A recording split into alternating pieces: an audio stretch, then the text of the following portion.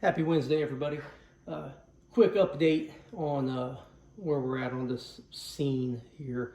So this is the little double track bridge. That's roughly a 35-foot series of I-beams that I put between a couple of bridge abutments.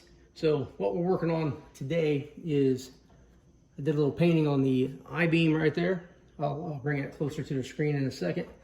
I worked on the abutments. So I think that's looking pretty good. And then I'm gluing them in as well. So I noticed a slight problem when I went to glue this part in. This abutment goes over here, that the glue had come up over here in the corners. So what I did was I cut into the bank, I guess you can see there where the white is, and I put in some caulk in there. So I cut back about a half of an inch, filled that with caulk, and I put the little 10-pound weight on there to hold it down. So I'll let that set up overnight. Let's see if you can see this any better. Lighting in here is horrible. You can kind of see it. So I basically just put some rust streaks down there and whatnot. So at some point when I glue this in the very near future, it will sit right in here like this. I gotta square up and plumb up my abutment there, but I think it looks pretty decent. So you might be wondering why I put this in and then I took it out. Well, I wanted to make sure that the bridge was going to work the way I was going to build it. So I went ahead and mocked it all up. And if you've watched any of my other videos, I do this a lot. I build something and then I take it apart and then I put it back together again. And sometimes I might do it 2 or 3 times until I'm happy with it. So all this area back here will be rocks. The area right here will kind of go up and there's going to be a hill. It's going to come up to about right here, and there's going to be a hill this way and a hill this way. And this is, I was in the Army, we called it a saddle, which was a space between 2 hills. And then a draw will come down here. You can see where, like, the waterway will come down. Like, essentially, any rainwater and runoff will come off the hill, the mountain, whatever you want to call it back here, come down through here, and it will come down through here. So this is just all going to be rocks.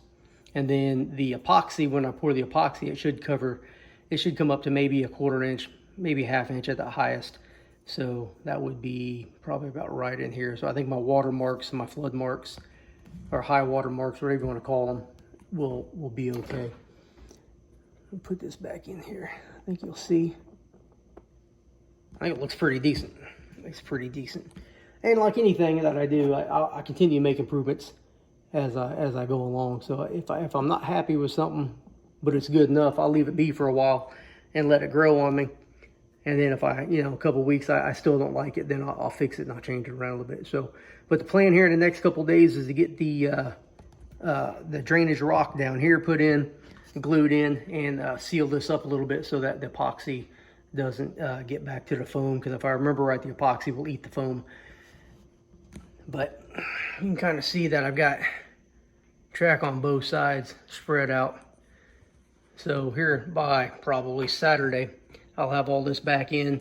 The rails will be glued to the bridge ties, and a little bit of weathering will go on top of there, probably a little bit of black in the middle, kind of look like oil. And then I will start working left and right and soldering the rail joints. And I think it's going to look pretty decent. I'm pretty happy with the progress so far. I painted the riverbed here white so that when I start using my watercolors, I think it'll look a lot better in the long run. And then I'll paint my water with my watercolors. And then I'll get it to where I like it. I blend it as best as I can. And then I will essentially make a dam along the left edge of the layout here and pour my epoxy. A lot of work to do before I do that. I got to put plaster against the foam all along. Oh, how long is this? 27 feet of river running. That starts right there in the corner And we'll come around. And for the people who haven't watched my videos before, I challenge you to, or I invite you, I guess I would say, to go back and watch some of my layout teardown videos, and what I'm doing here is expanding. So I think it's going to look pretty cool when I'm done. Giant S curve. Now, one thing I did not realize was all these curves was going to, you know, affect my tonnage. Never even considered that before. I knew it, but I just never considered it. So the days of the 100-car coal trains might not be in the future. They might be 75 cars, but we shall see. Everything is looking good. I'm pretty happy.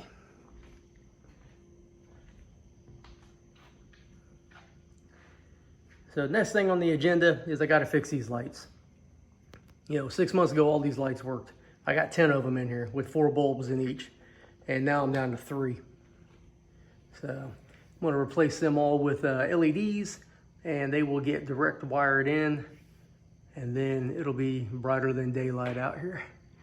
I still got some painting to do on the walls. Probably in the next week or two, I'll start masking off the lines and the paneling, and maybe start throwing some sky blue up that way. I got a lot of cleaning to do. We're in the middle of remodeling the house, so the train room is partially storage for everything that we don't have room for inside the house while we're doing some work. No, I'll show you this too. So there used to be a Pella depot right here, and I put that in just to take pictures with, and I never plan on keeping it here for forever, but there for a while it was my yard office and the crew change shanty and all that, so it had multiple purposes.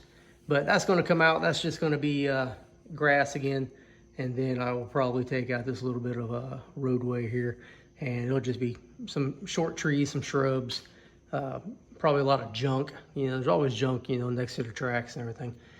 So I would put trees up there, but I don't want to hinder any switching operations and reaching over to get the ground throws. And sometimes it's a pain in the butt already, so I don't need any trees up there to make it even worse.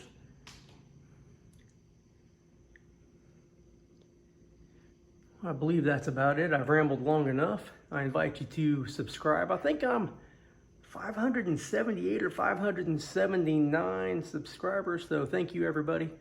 Also invite you to subscribe, hit that notification thing, leave a like or a comment, and I'll get back to you. Sometimes I'm pretty slow about getting back on the comments, but if you do leave a comment, I'll at least like it or something in a day or so. Just don't get upset with me if it's a couple of days off, or every now and then. It's been a couple of weeks.